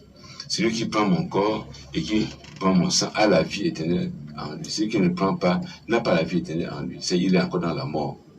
Et Jésus l'a institué, après avoir enseigné, il l'a institué, n'est-ce pas, la veille de sa mort, de son arrestation. Il a dit, voici la nouvelle alliance en mon sang. Faites ceci en mémoire de moi toutes les fois que vous en boirez. Donc, lorsque les enfants de Dieu se retrouvent, c'est la vie éternelle. Comme Jésus le dit, c'est le corps et le sang du Seigneur, c'est la vie éternelle. Et si un chrétien qui doit prendre la vie, le corps doit se préparer tous les jours pour que ce qu'il va prendre soit en accord avec ce qui est dans sa vie, ce qui fait que ça nécessite la sanctification. Ça nécessite la prière, une nouvelle consécration. Et c'est ça qui fortifie le chrétien dans la vie chrétienne. Un chrétien qui ne communie pas n'a pas la vie en lui. Comprenez? Si un chrétien ne communie pas, il n'a pas la vie en lui. Et les occasions où nous pouvons être ensemble, dans cette fraternité, n'est-ce pas, dans cette fraternité céleste. Puis il dit que Dieu nous a fait habiter dans les lieux célestes. Quoi qu'étant sur la terre, nous sommes les citoyens du ciel. Dans cette fraternité céleste, nous communions sur les choses célestes.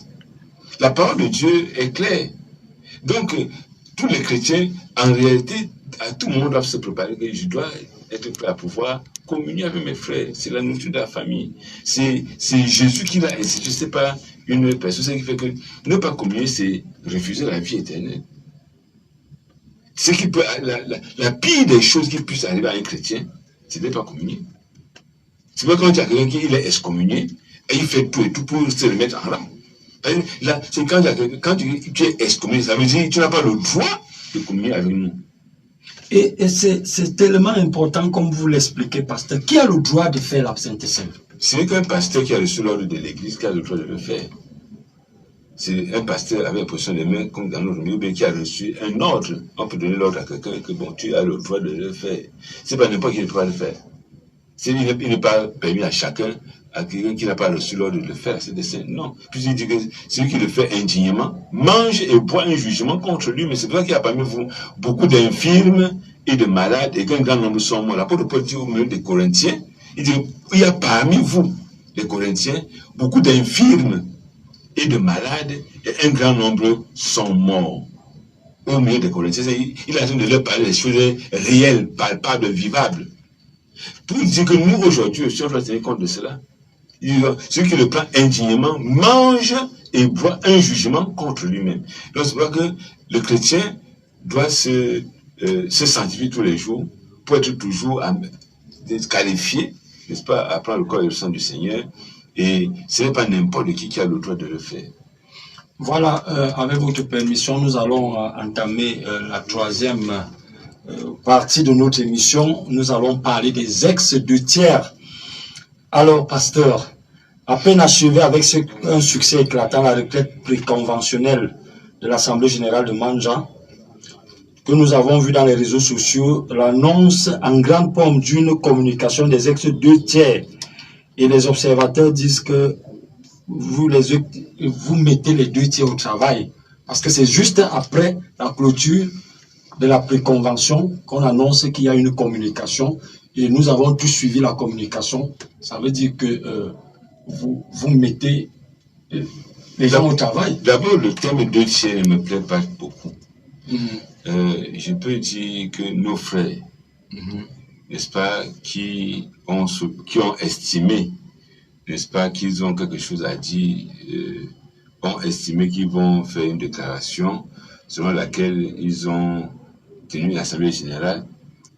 C'est aussi là où nous avons appris aussi qu'il y a eu une assemblée générale à Ayos. Puis moi, je n'ai pas été informé qu'il y a eu une assemblée générale. Le 17 juin. Il sait qu'il y avait eu une assemblée générale extraordinaire programmée pour le 14 qui a été. Je connais que le sous-préfet d'Ayos est descendu le 17, n'est-ce pas, dans le camp pour faire partir les gens, n'est-ce pas, parce que le rassemblement était illicite. Bon, c'est là aussi j'ai appris qu'il y a eu une assemblée générale et qu'il y avait même un bureau. Et c'est même tenu en juin.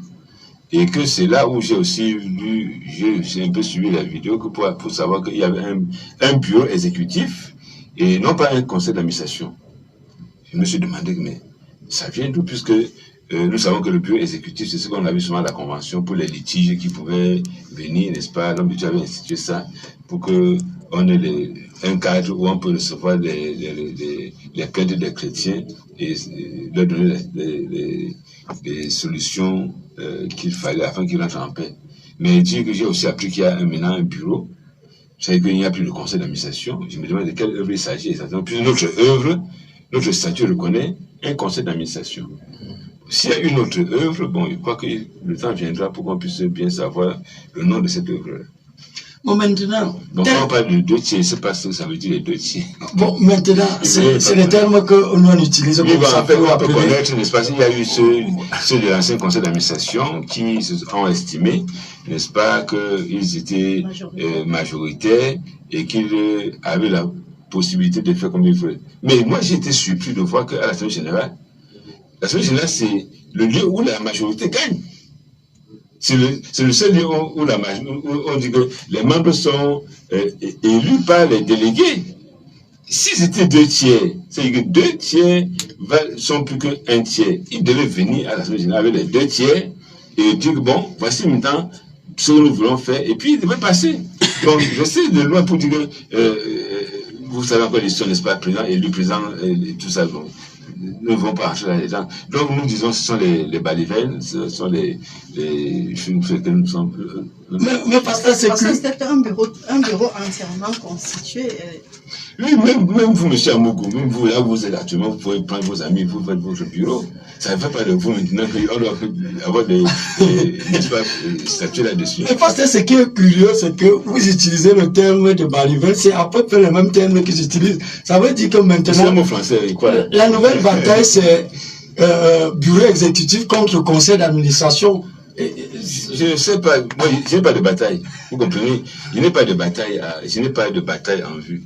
Je n'ai pas de bataille. Je n'ai vraiment pas, je ne sais pas contre qui je vais combattre. À part le seul combat que j'ai, c'est celui que le Seigneur, auquel le Seigneur nous a conviés. Nous ne luttons pas contre la chair et le sang.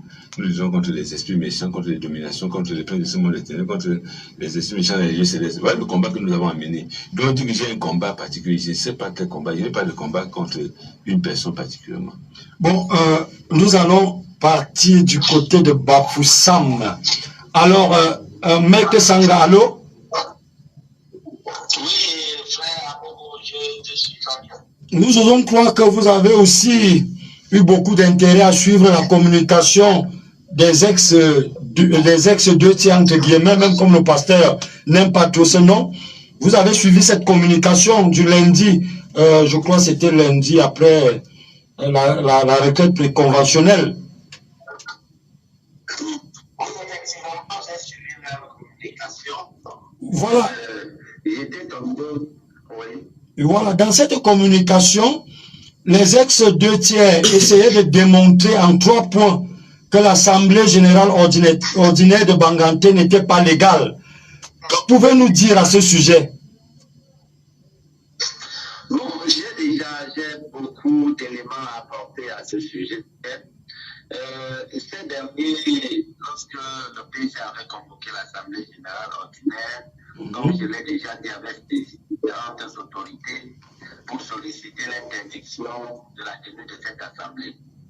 Et ils avaient saisi le ministre de l'administration territoriale, le gouverneur de l'Ouest, le préfet Tindé et le sous-préfet. Ils ont produit des éléments. Et après analyse de tous les documents qu'ils ont produits, les autorités ont tout simplement rejeté la prétention et nous ont donné l'autorisation de tenir l'Assemblée générale ordinaire.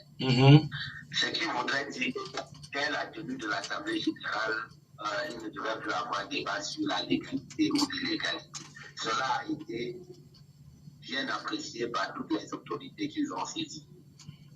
Jusqu'à aujourd'hui, les ex-deux tiers contestent la posture de PCA du révérend. C'est là le point essentiel. Cette contestation a été portée, comme je l'ai dit, devant différentes autorités et après analyse, les autorités ont reconnu que le révérend Pasteur Tchana était bel et bien PCA de la vraie église du Cameroun.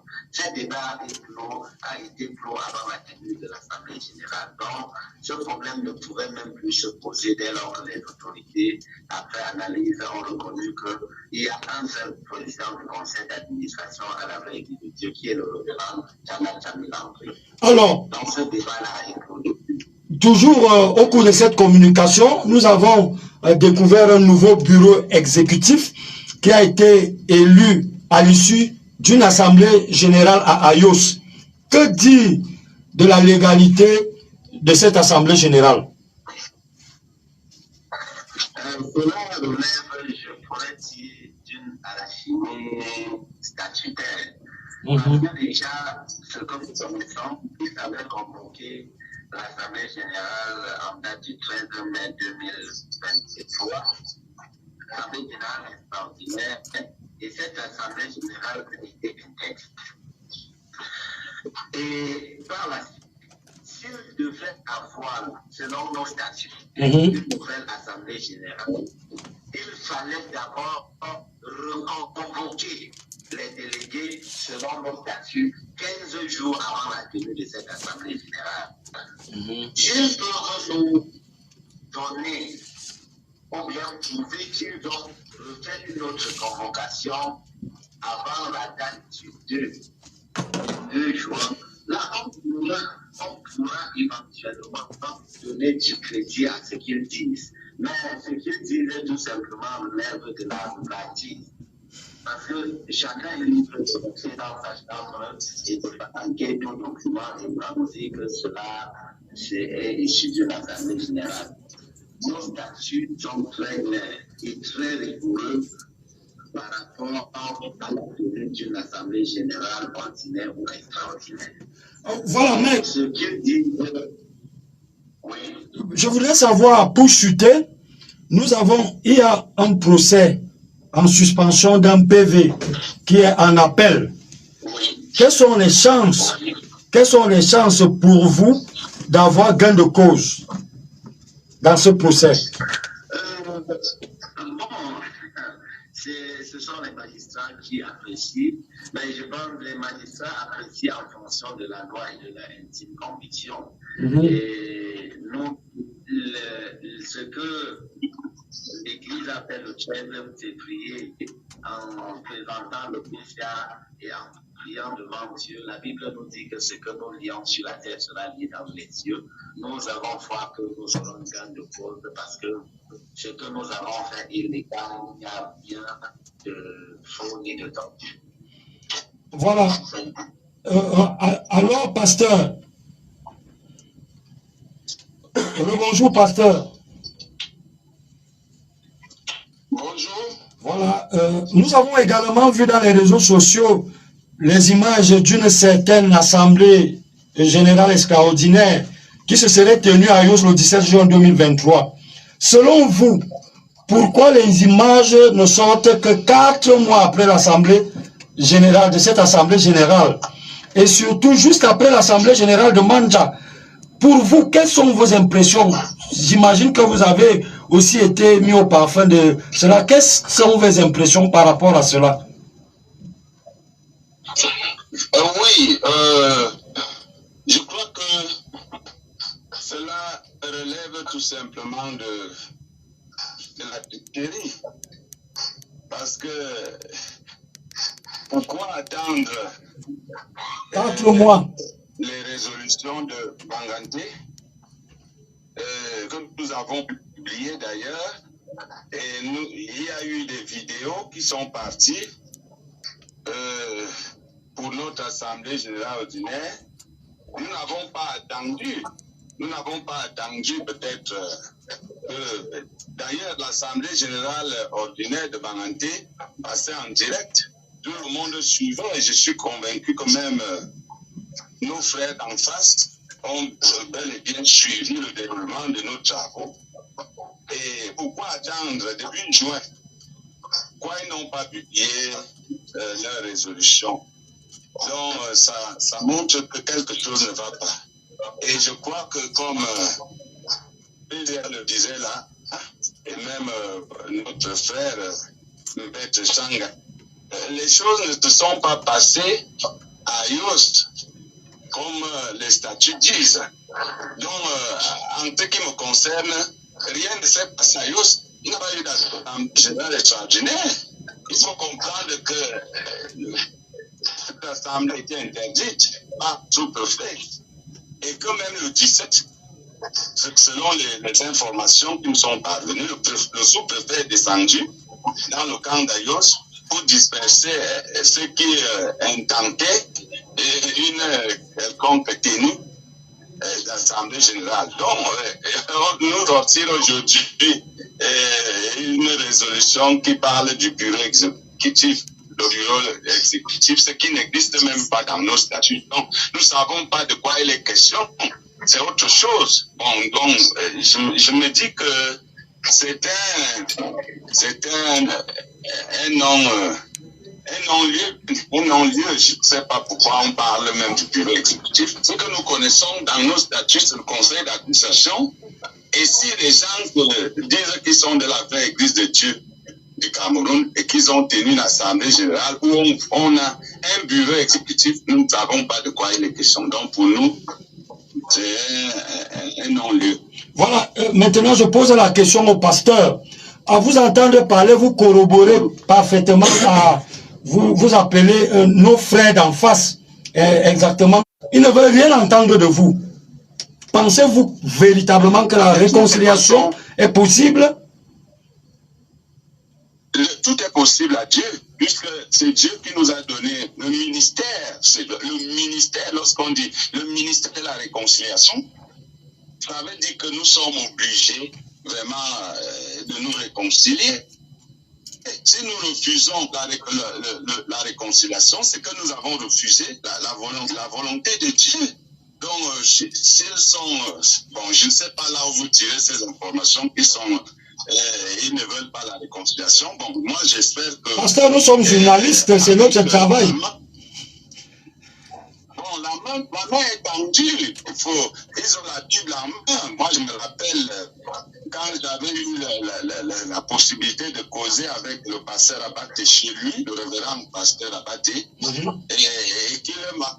Lorsqu'on intentait cette réconciliation, alors on avait même fait une lettre où nos deux grands pasteurs se sont réconciliés.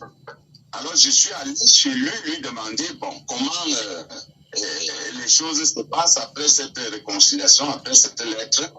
Il m'a dit qu'il est attaqué, il est menacé, il y a des gens qui l'appellent pasteur par là pour lui demander pourquoi il a accepté de signer cette lettre de réconciliation. Et à moi de lui demander mais qu'est-ce que vous faites dans le révérend? Il m'a dit que non, je n'ai pas de choix. Dieu nous a donné le ministère de la réconciliation. Donc je dois me réconcilier avec mon frère.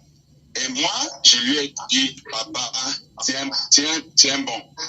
Et je crois que c'était la dernière causerie que j'ai eue avec celui chez lui. Malheureusement, les choses ne sont pas allées comme il me disait. Donc, je crois que nous avons reçu le ministère de la réconciliation. Nous sommes obligés de tendre la main à nos frères pour la réconciliation. Voilà, pasteur, nous sommes obligés de tendre la main à nos frères pour sortir de ce point des ex-deux tiers. Jusqu'à quel niveau vous êtes prêts à faire les concessions pour qu'il y ait réconciliation? Parce que quand on parle de conciliation, ça veut dire que de votre côté, vous lâchez un peu le lest, de mon côté, je lâche un peu le lest. Vous êtes prêts à faire Je crois que nous devons comprendre la Bible que nous avons en main. C'est en politique, n'est-ce pas, qu'on fait des compromissions. Pour les enfants de Dieu, nous marchons selon ce que la Bible nous demande. La seule chose que Dieu veut, c'est la repentance et la conversion. Il n'y a pas d'autre, il n'y a pas de compromis, il n'y a pas de concession. Non, dès que quelqu'un se reconnaît que, il croit que j'ai mal fait, tout est effacé. Tout est effacé, nous n'avons pas, et en même temps, nous voir ensemble, on va travailler, comment désormais, on va faire comment, puisque peut-être il y a eu des incompréhensions, c'est possible, nous sommes des êtres humains. On peut donc s'asseoir pour dire, des incompréhensions, pour que ça ne soit plus, on va faire comment, et puis on va arrêter. Nous avons la Bible qui est capable de pouvoir résoudre tous nos problèmes. Donc, en réalité, il n'y a pas de préalable. Il n'y a pas de préalable.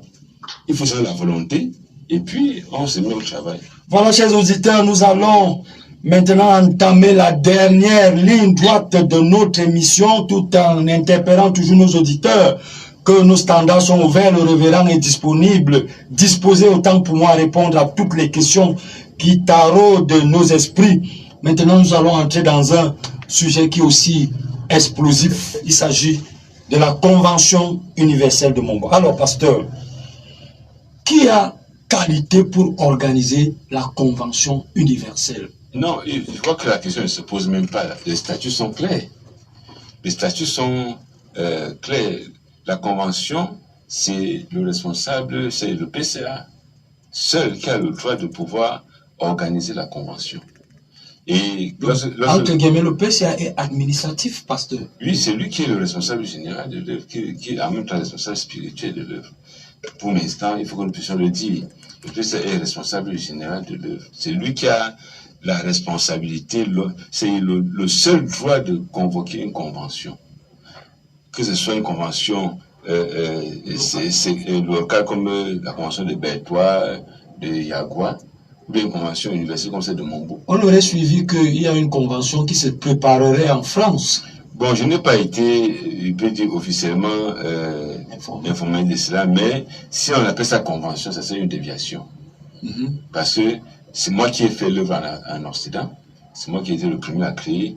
N'est-ce pas, si l'œuvre aujourd'hui a une reconnaissance officielle en allemand, c'est bon. Nous n'avons jamais. Nos tests ne permettent pas de dire qu'il y a une convention à l'extérieur. Nous, même à N'Djamena, où l'œuvre a été assez grand, on faisait des retraites. On a fait une convention de Yagua pour ceux du Tchad et de l'extrême nord, une convention à Bertois pour ceux de l'Est, n'est-ce pas, et de Centrafrique. Mais l'Église n'a pas encore décidé de faire une convention à l'extérieur. Nous avons fait des retraites, même en Allemagne, un peu partout. Donc, si vous avez appris qu'il y a une convention en Occident, il voudrait que, qu'on me dise, n'est-ce pas, qui a convoqué cela. Est-ce que ce n'est pas là des velléités de scission? Bon, là, je ne sais pas. Puis ça peut être aussi des incompréhensions. Puis tout le monde ne comprend pas les textes de la même manière. Et donc, je ne peux pas dire que c'est une velléité de scission, puisque nous sommes unis, nous travaillons sur ces bases d'unité. Mais pour ce qui est des retraites, n'est-ce pas, les retraites peuvent être, n'est-ce pas, organisées même par un serviteur qui trouve la nécessité de retrouver ses chrétiens pour un week-end ou pour quelques jours. Ça peut être organisé même par un pasteur, n'est-ce pas, par un aspirant pastoral bien délégué. Bon, c'est possible, mais pour la convention, cela est statutaire. Cela est statutaire. Donc, les retraites, n'est-ce pas, on peut faire la retraite de Paris, on peut faire la retraite, n'est-ce pas, d'Allemagne, on peut faire la retraite, n'est-ce pas, de Ngoussou, on peut faire la retraite de n'importe où. Selon la nécessité, n'est-ce pas, du berger de Dieu, il peut trouver le temps de pouvoir regrouper ses chrétiens. Mais pour ce qui est de la convention, puisqu'il faut qu'on puisse bien comprendre, il n'est pas question seulement de nomination. C'est pas comme on dit, bon, convention ou retraite, c'est la même chose. C'est pas la même chose. Parce que ce sont des conseils. Je prends un exemple. Il prend un exemple simple, n'est-ce pas, s'il parle par exemple des partis politiques, n'est-ce pas, il y a les réunions de section, les réunions de sous-section qui ne sont pas le congrès. Évidemment. Et le congrès n'est appelé que par le responsable du parti seul, ou bien selon les réglementations des statutaires de chaque milieu. On ne peut pas dire que la réunion du secteur, on va appeler ça le congrès du parti, non. C'est la même chose, n'est-ce pas, nous ne sommes pas du reste. Nous sommes régis par des textes. Dans nos statuts, on ne peut pas dire que le retraite veut dire que ce soit retraite ou convention, c'est la même chose. Ce n'est pas la même chose. Parce que la convention, c'est là où nous prenons les décisions. C'est l'instance suprême. C'est là où nous prenons les décisions qui s'imposent à tout le monde. La retraite, ce n'est pas le lieu où on prend des décisions, c'est un lieu d'affermissement, n'est-ce pas, de conseil, de prière. Alors que la convention, c'est l'instance spirituellement la plus grande que nous avons. Donc, dit qu'on a une convention en Europe, je crois que je suppose que vous avez mal compris.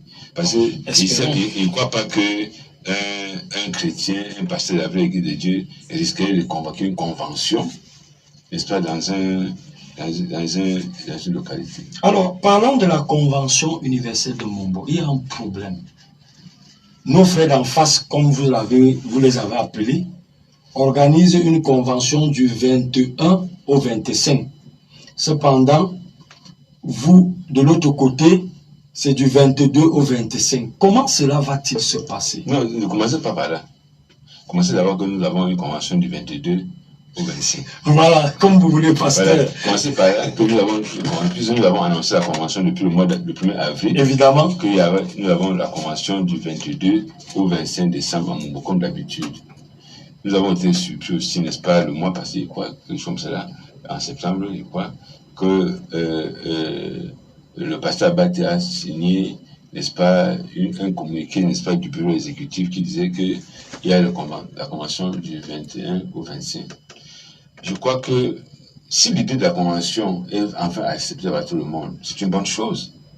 C'est une bonne chose qu'on se retrouve comme d'habitude à Mombo. N'est-ce pas? Parce que, je dis ça pourquoi?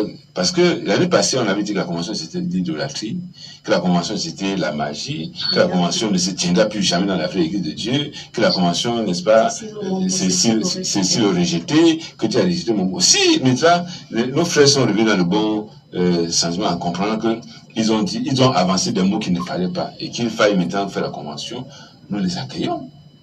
Mais, venez maintenant dire que la convention qui a été programmée du 22 au 25, ils vont maintenant faire la convention du 21 au 25. Il dit non, la convention n'a jamais fait 5 jours.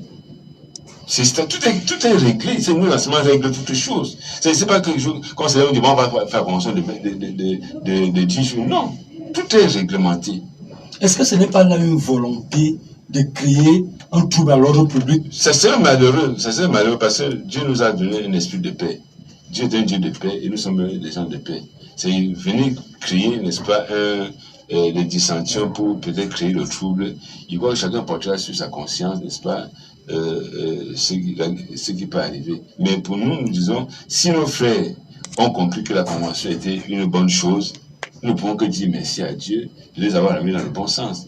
Là, il fallait qu'ils disent d'abord aux chrétiens qui ne sont pas partis l'année passée que nous avons fait faux pas de vous dire que la convention était l'idolâtrie. Nous avons fait faux pas de vous dire que la convention était le nyang-nyang. N'est-ce pas, c'est la tradition. Que nous avons fait faux pas de vous dire que Mombo est rejeté. Non, allons maintenant à Mombo. Mais pour nous repentir, pour avoir dit des choses pareilles. Parce que vous vous souvenez qu'il y a, quand on était à Mombo pour la convention universelle 2021-2022, nos frères ont organisé 13 retraites à la même date pour dire aux chrétiens que la convention ne va plus jamais se tenir à la vraie église. Pour dire aux chrétiens que la convention c'est l'idolâtrie. Pour dire aux chrétiens que Mombo, ne parlez pas Mombo parce que les bâtiments qui sont tombés sur vous vont vous écraser comme, n'est-ce pas, la terre va s'ouvrir, vous engloutir. Vous dites aux chrétiens que vous aurez les accidents en route, vous allez tous mourir en route. Nous sommes partis à la convention. Et on est rentré. L'une des belles conventions. L'une des plus belles conventions, n'est-ce pas, il y en a très rarement qui ont réussi comme cela. Je crois que nos frères devaient s'en dire, bon, on voit qu'on a mal pensé. Ces années, si nous viendrons, ne nous rejetez pas. On va venir faire la convention avec vous. C'est vrai. Mais venir chercher à créer le trouble, c'est ça qui est mauvais. Une convention n'a jamais fait du 21 au 27. Il y a même le temps où il y avait la possibilité de lutte à cause des fériés qui s'enchaînent. On a tout fait une convention, c'est 4 jours. Mais si nos frères veulent vraiment, s'ils ont un esprit de paix, qu'ils puissent savoir qu'on a programmé la convention depuis le 1er avril 2023. Ils ne sont pas venus avant de fixer le calendrier. Le calendrier existait déjà. Et depuis là, on annonce régulièrement dans nos assemblées. C'était bien qu'ils puissent dire, mais nos frères, vraiment, la convention est de Dieu. On va dire gloire à Dieu. Si le Seigneur vous a amené à de bons sentiments, gloire à Dieu. Bon, allons donc ensemble, faisons la convention, et allons donc gloire à Dieu. Même Esaü et Jacob se sont réconciliés. Même les montagnes se rencontrent, on dit suffit de mettre un pont, puis vous passez d'un sommet à l'autre. Donc, je crois qu'il était nécessaire que nous puissions voir cela. Il n'y a pas de date de la convention. La convention aura lieu du 22 au 25. Que nos frères ne cherchent pas à porter le trouble réellement pour rien, parce qu'en principe, je prends un exemple. Il y a eu un petit incident à Baranté. Il y a eu peut-être 10 garçons qui sont venus de Tico, je ne sais pas quoi, qui ont été envoyés. Ils ne savaient même pas ce qu'ils faisaient faire. Ils ont causé avec les autorités. Nous avons vu les images. Vous voulez quoi? Ils ne savaient pas de quoi ils faisaient. Parce qu'on leur a envoyé le pouvoir. Mais c'est ce qui a dit, mais on vous envoie. Ceux-là qui vous envoient, on les a appelés, que venez vous justifier ici, là, venez en cause. Ils ne sont pas venus. Ils vous envoient pour que vous puissiez maintenant venir, vous payez votre transport, tout ça. Ils sont où? Donc, au lieu que les chrétiens, il faut que les chrétiens, à un certain moment, commencent à se demander que, mais, est-ce que nous sommes des moutons? Nous sommes des brebis du Seigneur, non pas des moutons. Je voulais donc dire qu'il faut que les chrétiens, à un certain moment, se disent, mais finalement, on nous entraîne où? Si la convention, on dit, oui, on ne parle pas de la convention, c'est le diable. Et aujourd'hui, on nous dit, allez à la convention, on va dire, mais le diable là est parti où? C'est simple, ce sont les simples questions. Je ne sais pas comment est-ce que les gens n'ont pas. Il n'y a personne qui a votre âme entre ses mains. Il n'y a personne qui a votre âme. Il n'y a que Jésus-Christ, ce qui est mort pour le rachat de nos âmes. Personne d'autre n'a le ciel à nous donner. Il n'y a personne qui a le ciel à nous donner. Et chacun qui est venu à la foi est venu pour sauver son âme. Donc, quand on vous dit que la convention, c'est l'idolâtrie, vous croyez à vous que vous êtes responsable. Vous ne partez pas parce que vous avez fui l'idolâtrie du village pour ne pas tomber à l'idolâtrie. Et puis, une année vient dire, la convention n'est pas l'idolâtrie. Vous vous demandez, mais qu'est-ce qu'on fait? Je connais un pasteur qui a failli faire la prison parce qu'il est parti à la convention avec un enfant qui, ma foi, était, n'est-ce pas, mineur. Les parents de l'enfant ont porté plainte parce que le pasteur a porté plainte pour détournement de mineurs. Et Le procès a fait 2 ans. Et quand le procès finit, le pasteur dit à l'enfant, n'est pas pris à la convention. Une histoire qu'il connaît personne. Il a fait 2 ans parce qu'il a dit à un enfant que tu ne peux pas être chrétien sans partir à la convention. Et que même si tu vas aller en prison, mieux je pars en prison, mais tu pars à la convention. Maintenant, la convention vient, il dit au même enfant que non, ne pas pris à la convention, c'est l'idolâtrie. Finalement, si un enfant comme ça, si quelqu'un comme ça, c'est quoi, il dit, mais donc tu allais en prison pour... Et finalement, ce sont les paroles de l'enfant qui ont dit, mais tu vois que nous on avait raison. Et ça, c'est la confusion. Je crois qu'il faut que les chrétiens eux-mêmes sachent qu'ils ont cru leur vie, leur vie dépend de Dieu, non pas de nous. Je suis pasteur, non pas plus que vous, monsieur. Ce sont la tâche que Dieu m'a donnée, non pas qu'il faut la donner moindre. Et chacun de nous va rendre compte à Dieu selon la tâche que Dieu lui a donnée. Donc, qu'il puisse savoir que ma foi n'est pas attachée à toi. Jésus-Christ est le chef et le consommateur de notre foi, non pas le pasteur, ou bien qui que ce soit. Le pasteur est un croyant comme tout le monde. Il a confessé ses péchés au bord des eaux. Il a marché comme Dieu. Il a emploi de faiblesse. Oui, il est un être humain. Je ne peux pas... Nous avons la Bible. Quand quelqu'un dit que la convention, c'est l'idolâtrie, et c'est à la convention qu'il est devenu pasteur, il remet en cause cette identité de pasteur. C'est pour ça que quand on a pris les décisions à la convention, on a dit non, c'est une conséquence. Si tu es devenu pasteur à la convention, et tu dis que la convention c'est l'idolâtrie, c'est que tu remets en cause ton titre de pasteur que tu as eu, tu es en train de tromper les gens. Si tu vois à la fin que non, c'est fait la convention est de Dieu, donc je me suis trompé. La moindre des choses à faire, c'est de dire aux chrétiens que on s'est trompé. Nous sommes humains, on s'est trompé, rentrons à la convention. Et là, nos mains sont ouvertes. Nous n'avons pas les mains fermées, ni les portes fermées. Si Dieu nous a pardonné, que si Dieu nous a reçus en Jésus-Christ, recevons-nous les uns les autres. Donc, la convention aura lieu. Ce qu'il y a assez de vérité que nos frères veulent, par tous les moyens, qu'il n'y ait pas la convention. C'est ce qu'ils ont fait pour aller à Mombo, n'est-ce pas, faire ce qu'ils ont fait là-bas et danser. Mais je crois que le Seigneur qui nous a donné la grâce de pouvoir tenir la convention de 2022, nous donne la grâce de tenir la convention de 2023. Alors, pasteur, depuis 2021, nous vivons une situation. Pour aller à la convention, dit l'autorité a accepté, l'autorité n'a pas accepté. Est-ce que l'homme de Dieu, qui est notre modèle, il a tenu des conventions depuis son appel jusqu'à son décès? En principe, il n'a pas eu. En principe, les autorités n'ont pas intervenu là-dedans, mais sauf dans le cas où il y a risque à l'ordre public.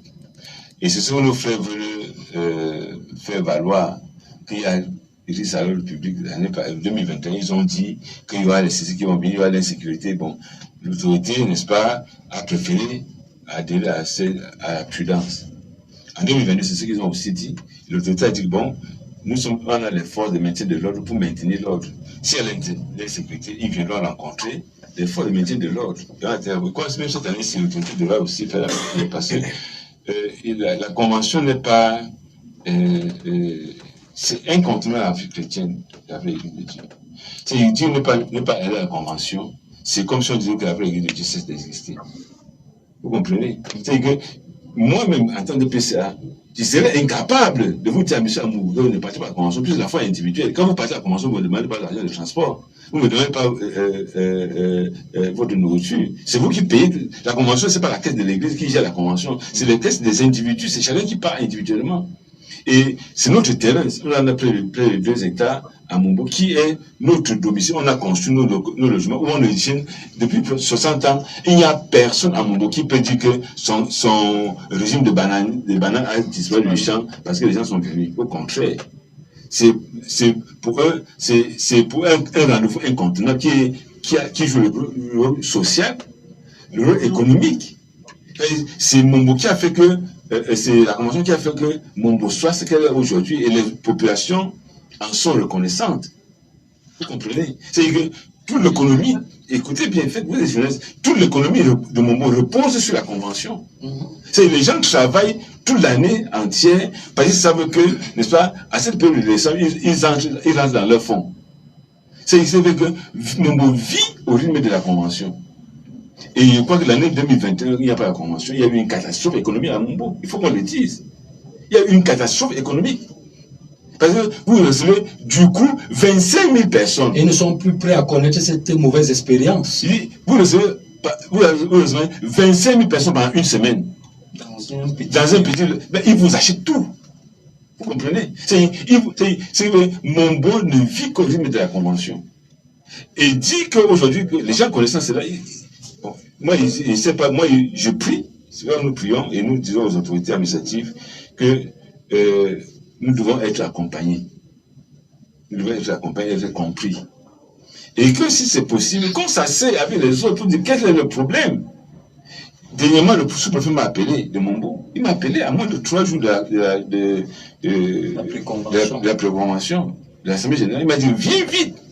Parce que Pasteur Abaté est dans la ville. Je voulais qu'on vous asseyez pour vous concerter. J'ai dit, je viens. Il me voulait lundi matin, mardi à 9h, il était lundi à midi ici là. J'ai dit, je viens. Parce qu'il était question de la réconciliation. Mais s'il faut même pas, s'il peut le faire, il le fait. Il vous souvient. Malheureusement, que quand il me met en route pour venir, il me dit, bon, le pasteur Abaté dit qu'il n'a pas le temps, qu'il s'en va. Il doit faire comment? Donc pour nous, nous sommes dans cette logique-là. La convention est incontournable pour les enfants de Dieu. Moi, je suis incapable de dire à quelqu'un qu'il y a des enfants qui ont 60 ans aujourd'hui, qui n'ont jamais connu 25 décembre à la maison. C'est depuis 60 ans, ils ont été, depuis leur naissance, ils savent que décembre, je suis à Mombo. Tout le monde, tous les chrétiens de la vie font leur programme par rapport à Mombo, même ceux qui sont à l'étranger. Tout le monde fait son programme par rapport à Mombo. Au point où en 2021, ce sont les familles qui demandaient qu'est-ce qui s'est passé. Voilà. Alors, mesdames, messieurs, nous allons faire un dernier tour de table. Nous pensons que nous avons, autant que faire se peut, parcouru les questions sur la dernière actualité de la vraie Église. Nous allons commencer par Maître. Alors, Maître, un dernier mot. Merci infiniment pour cet entretien. Nous prions vraiment le Seigneur qui nous garde jusqu'à la convention de Mombo. Voilà, nous prions le Seigneur qui nous garde jusqu'à la convention de Mombo. Le secrétaire général.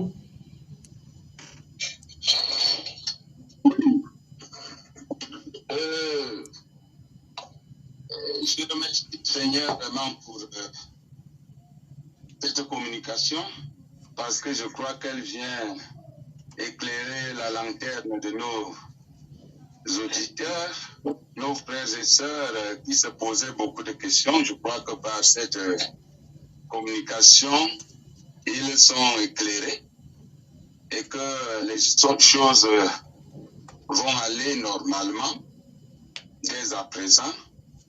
Et nous croyons que, comme le PCA vient de le dire, que nous tous, nous allons nous préparer pour aller à cette grande fête de l'explication du livre qui est la 60e édition de notre convention universelle à Mombo du 22 au 25 décembre.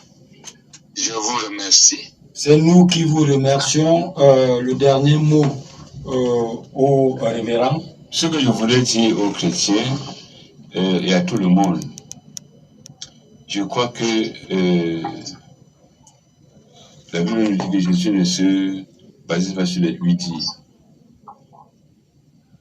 Le grand problème que nous avons, peut-être nous les Africains, et qui se répercute aussi sur notre vécu quotidien à la foi, c'est que nous n'aimons pas nous informer et lire.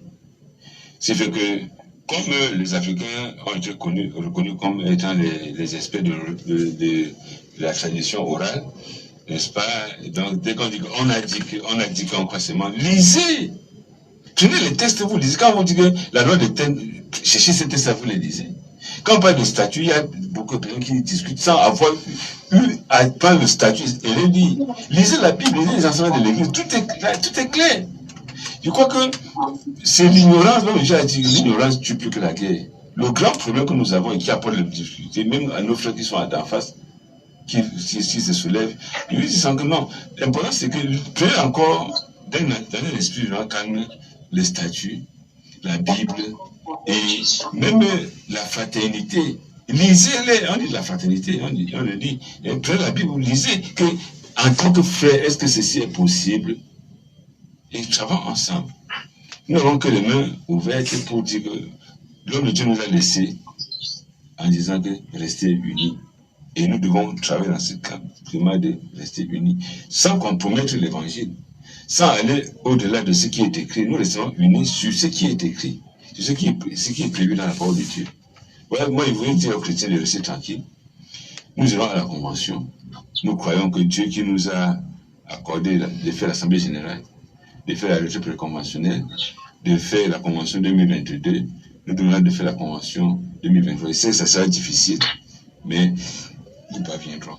Voilà, c'est sur ces mots du président du conseil d'administration qui interpelle les chrétiens à rester tranquilles et que croyons Dieu comme fait que nous irons à la convention. Merci à tous nos auditeurs, qui nous suivent de part et d'autre, qui avaient pris le temps de nous écouter. Merci au révérend qui est toujours disposé à venir s'expliquer ici à la radio Jésus-Christ, roi des rois. J'étais de votre avec ma consoeur Rachel Denoka à la présentation, à la technique. Nous étions avec l'ancien Martin Bonnier et Daniel Dayan. À la transmission web, Jetro Yombi, une production de Rachel Denoka qui est par ailleurs directrice des programmes. Et à la supervision générale, Rodrigue Jamel qui est directeur de l'édition et de la communication de la vraie Église de Dieu du Cameroun.